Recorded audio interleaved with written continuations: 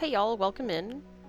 I wanted to go ahead and continue just talking about what I'm working on with the GBStudio game, and I thought I would share the tile that I'm using for the forest area where my character is going to start. Well, actually, I was also considering starting her in a house, but we'll work that out as we go. I'm very much the kind of person that plays things by ear a lot of the time, and trial and error. So I was studying the Legend of Zelda tiles a little bit ago, so I could figure out how to make a repeating tile that's a little bit different. I'm used to doing like little patterns and everything, but it's no big deal. And this tile here is just trial and error. That's what we're going to do. I did start with the tree in the middle, but I realized I didn't like how that was going to end up tiling, at least in my head. So we're going to do one on the sides there, and then we're going to have one kind of in the middle. It's a little complicated, but I think it worked out in the end. I'm still a little bit up in the air if I want the darkest color I have available in the background of these trees or not, because it kind of gives a different vibe. Like, it could be a dark forest, or it could be a happy little forest full of happy little trees, if you will, Tiling these, I think, was definitely a challenge, because I wanted it to be able to be kind of standalone, if possible, as well. But I think that I do end up working it out the best that I possibly can in the long run. And, during development with all this, there's also that possibility that I might end up changing them later. It's hard to say for sure right now. But this is what I have for the moment.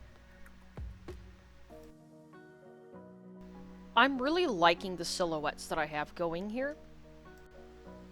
And I want to add more details or textures to the trees the best I possibly can. However, I get to thinking that maybe the background color should be a bit different at some point. But you'll find that I'm going to zoom out here, and I really do think that it looks really nice, actually.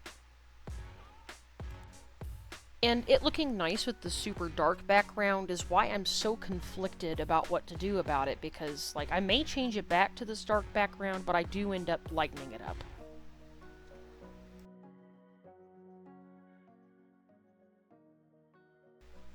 And again, there's no right or wrong decision. Sometimes you just have to go with the vibe that you prefer.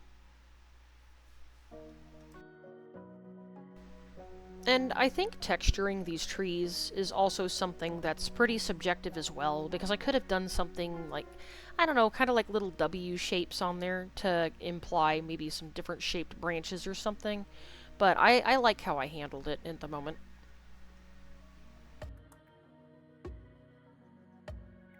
And officially, here is the color changing moment. I ended up also using the black, or I guess technically it's a really dark green, isn't it? I don't quite remember, but I used that to help them pop a little more against the really light background. And I did keep the dark color on the very bottom where the tree trunks and stuff are, because I think it was a really good job implying like there's like shade or shadows under there.